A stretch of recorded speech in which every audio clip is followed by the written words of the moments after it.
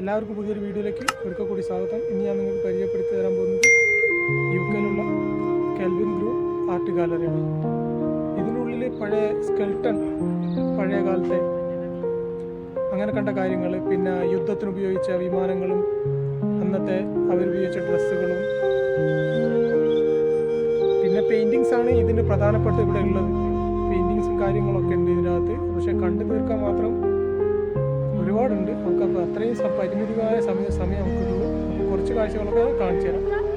അപ്പോൾ വീഡിയോയിലേക്ക് പോകാം.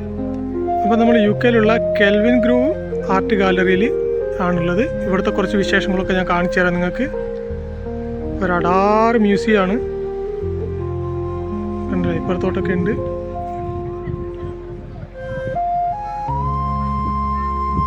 കുറച്ച് നല്ല നല്ല കാഴ്ചകളൊക്കെ ഞാൻ കാണിച്ചു തരാം. ഗാലറിക്ക് പുറത്തുള്ള കുറച്ച് കാഴ്ചകളാണ് ഇതൊക്കെ. എത്ര വർഷം പഴക്കമുണ്ടെന്നൊന്നും പറയാൻ പറ്റില്ല. അത്രയ്ക്കും വർഷം പഴക്കമുള്ളൊരു ആർട്ട് ഗാലറിയാണിത്. വളരെ മനോഹരമായൊരു സ്ഥലമാണ്. ഇന്ന് തണുപ്പൊക്കെ ഒരുവിധം കുറവല്ല, എന്നാലും ഒരു സഹിച്ചു പോകാൻ പറ്റുന്ന തണുപ്പേ ഉള്ളൂ. അപ്പോൾ നമ്മളുള്ളത് കെൽവിൻ ഗ്രൂ പാർക്ക് എന്ന് പറഞ്ഞ സ്ഥലത്താണ്. കുറച്ച് കാഴ്ചകളൊക്കെ കാണിച്ചു തരാം.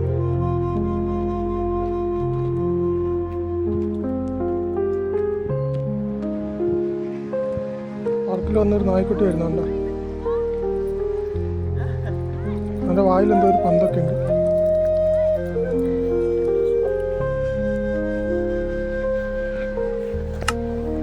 സംഭവം നല്ല അടിപൊളി പാർക്കാണ്.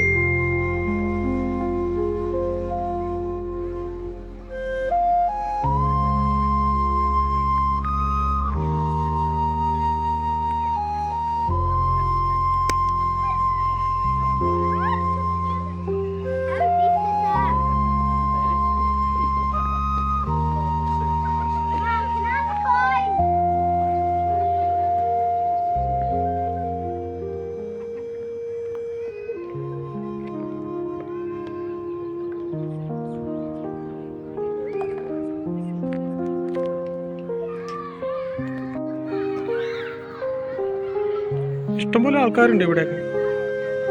ഒഴിവ് സമയങ്ങളൊക്കെ സ്പെൻഡ് ചെയ്യാൻ വേണ്ടി ഇങ്ങനെ വന്നതാണ്.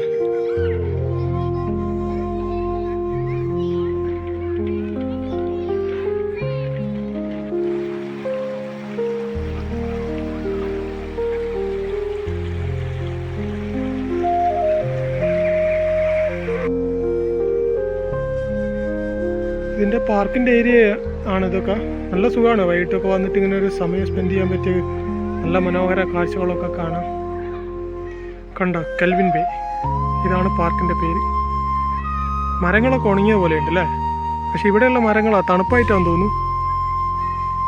മരങ്ങൾക്കൊക്കെ ഇലകൾ കാണാനില്ല. കണ്ടോ, ഹസ്കി എന്ന് പറഞ്ഞിട്ടപ്പെട്ട സാധനം. അതിൻ്റെ ഓണറുണ്ട് അതിൻ്റെ പുറകിൽ. കണ്ടോ, അതിൻ്റെ വരുത്ത് കണ്ടില്ല.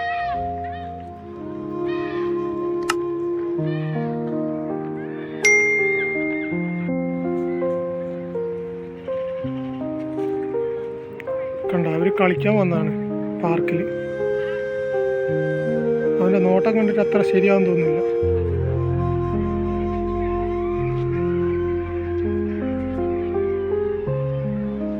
നമുക്ക് മെല്ലെ പോയേക്കാം. കണ്ട, അതാണ് പന്തെടുക്കാൻ പോകുന്നത്.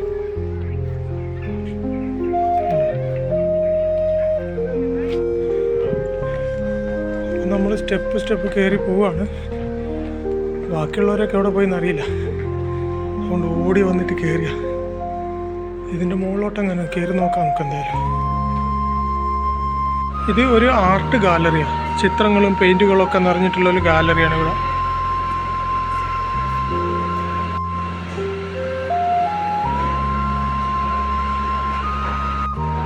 വ്യത്യസ്തമായ രൂപങ്ങളൊക്കെ ഉണ്ടാക്കി വെച്ചിട്ടുണ്ട്.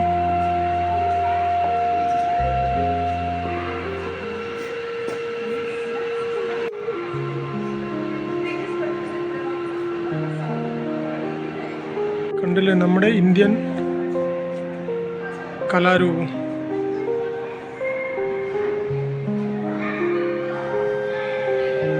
എന്നാലും നമ്മുടെ ഇന്ത്യ അത്ര മോശക്കാരൊന്നുമല്ല, കണ്ടില്ലേ? ഇതിൻ്റെ ഉൾവാശമൊക്കെ ഇങ്ങനെയൊക്കെയാണ്. മൂപ്പര് ഭയങ്കര ദേഷ്യത്തില്ല, തുടർന്ന് നോക്കി എഴുതി വെച്ചിട്ടുണ്ട്. ഞാൻ നേരത്തെ ഒരു വീഡിയോ ചെയ്തിരുന്നു ജീവൻ്റെ തുടുപ്പുള്ള മ്യൂസിയം എന്ന്. ഇപ്പോൾ അതേപോലെ തന്നെ ഇവിടെ ഉണ്ടല്ലേ, ശരിക്കും ജീവനുള്ളതിൻ്റെ തൊട്ട് തന്നെ ഉണ്ടാക്കി വെച്ചിരിക്കുന്നത്.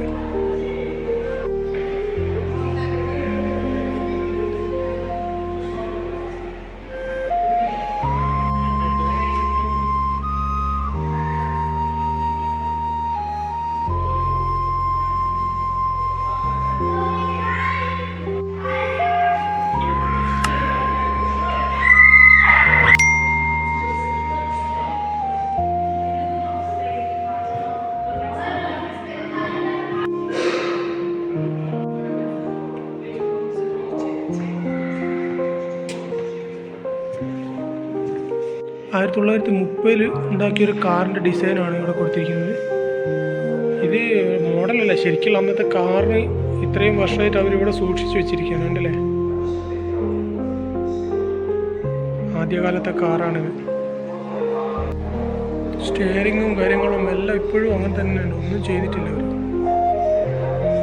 ഈ കാറിനെ പറ്റിയുള്ള കൂടുതൽ ഡീറ്റെയിലുകളാണ് ഇവിടെ കൊടുത്തിരിക്കുന്നത്. ഇദ്ദേഹമാണ് കക്ഷി.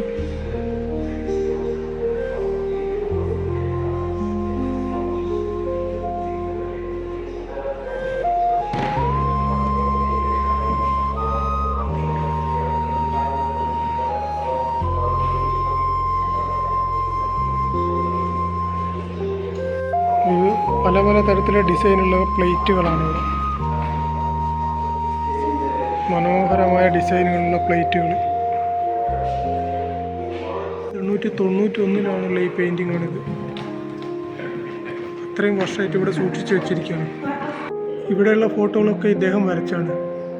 അമേരിക്കൻ ആർട്ടിസ്റ്റ് ജെയിംസ് മെക്നെയിൽ,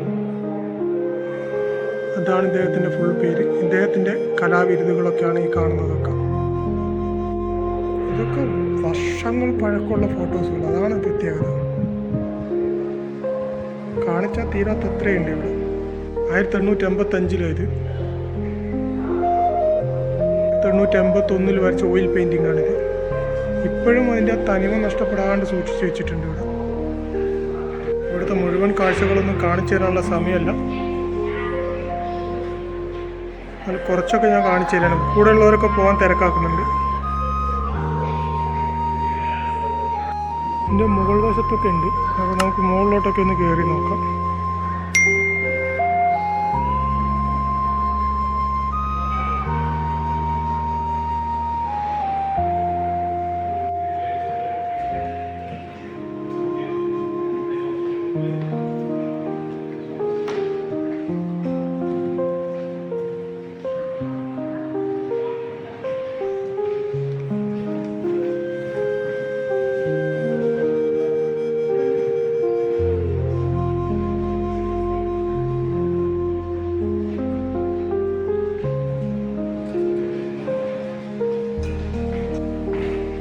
ഇത് ഒറിജിനൽ പിസ്റ്റളാണ്. ഇത് ഉപയോഗിച്ച അന്നത്തെ രാജാവാണ് ക്യാപ്റ്റൻ വില്യമൻ. ഈ വില്യമൻ എന്ന് പറഞ്ഞ രാജാവ് പല രാജ്യങ്ങളൊക്കെ ആക്രമിച്ചിട്ടൊക്കെ ഉണ്ടാവില്ലേ, അന്നത്തെ ഇതിൻ്റെ പേരിൽ വരച്ചെടുത്തൊരു പെയിൻറ്റിംഗ് ആണിത്.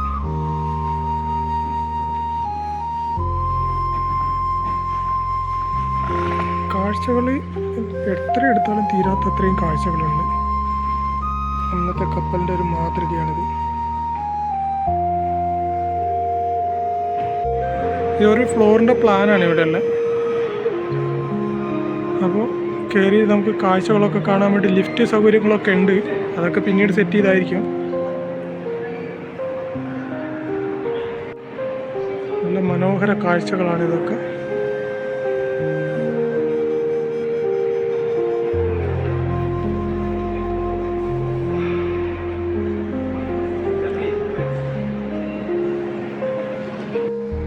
ഇത് മ്യൂസിയത്തിൻ്റെ ചരിത്രമാണ്.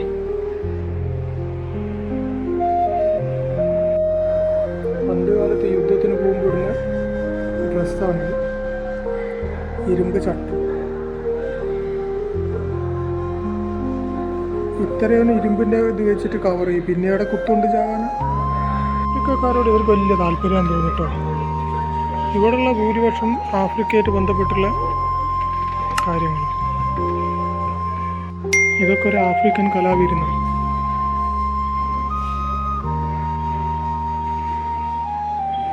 പഴയകാലത്തെ ബോംബാണത്. അത് കൊണ്ടുവിടാൻ ഉപയോഗിച്ച ഫ്ലൈറ്റും.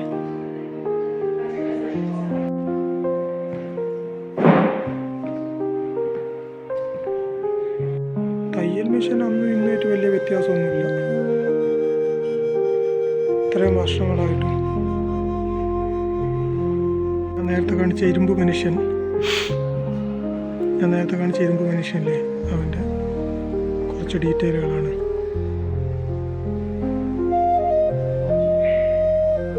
ഇവർക്ക് ഈജിപ്തുകാരോടും താല്പര്യമൊക്കെ ഉണ്ട്. മമ്മീനെ കണ്ടില്ലേ, പഴയകാല ശവക്കല്ലറ.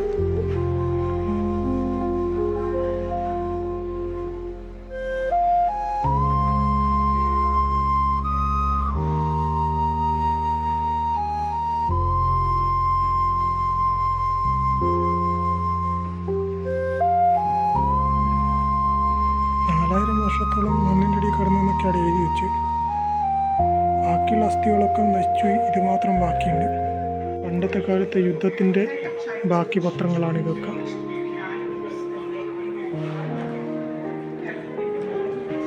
പണ്ടേ പറയുന്ന ഹെൽമെറ്റുകളൊക്കെ ഇടണം നോക്കാം. കണ്ട ഹെൽമെറ്റുണ്ട്.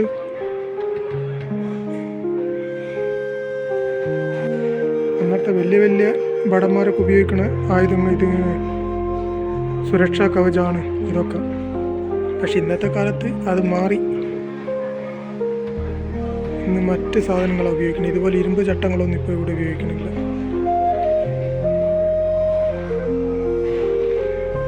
പകരം ബുള്ളറ്റ് പ്രൂഫ് ഐറ്റങ്ങളൊക്കെയാണ്.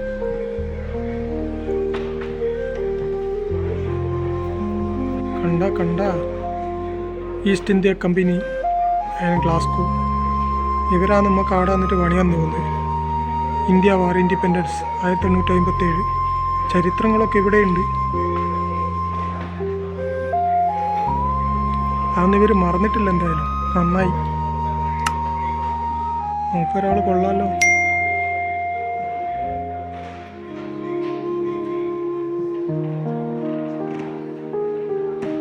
ഏറ്റവും ധൈര്യമുള്ള മഹാനാണ് കുതിരപ്പുറത്ത്. കണ്ട ചുറ്റിലും കാലാൾപ്പടയുണ്ട്. അടിയും ചവിട്ടൊക്കെ അടിയുള്ളവർ കൊണ്ടുപോകും. കാലത്ത് ഉപയോഗിച്ച കുന്തങ്ങളുമൊക്കെയാണ് ഇതൊക്കെ. ഈ ടൈപ്പ് പല പല വെറൈറ്റി ഐറ്റങ്ങളൊക്കെ ഒരു പരീക്ഷിച്ചിട്ടുണ്ട്. ഒറ്റ കുത്തിന് അങ്ങോട്ട് കുത്തിയാലും കയറിയുമാണ്, അങ്ങോട്ട് വലിച്ചാൽ മുറിഞ്ഞും പോകണം. ആ ടൈപ്പ് ഐറ്റങ്ങളൊക്കെയാണ് ഇവിടെ സെറ്റ് ചെയ്ത്. ഇരുമ്പ് കമ്പി കൊണ്ടുണ്ടാക്കിയ അന്നത്തെ യുദ്ധമുറകളൊക്കെയാണിത്. വാളുകൾ, ശൂലങ്ങൾ, പല പല സാധനങ്ങളൊക്കെ ഉണ്ട്. ഇവർ ബ്രിട്ടീഷ് പട്ടാളം കയറി നേരെ കുരുത്തക്കട ഒപ്പിച്ച സ്ഥലങ്ങളും രാജ്യങ്ങളും ഫോട്ടോസുകളൊക്കെയാണിത്. അന്നത്തെ കാലത്തെ ചരിത്രങ്ങളൊക്കെയാണ് ഇപ്പോൾ ഇവിടെ ടി വിയിൽ ഇങ്ങനെ കാണിച്ചുകൊണ്ടിരിക്കുന്നത്.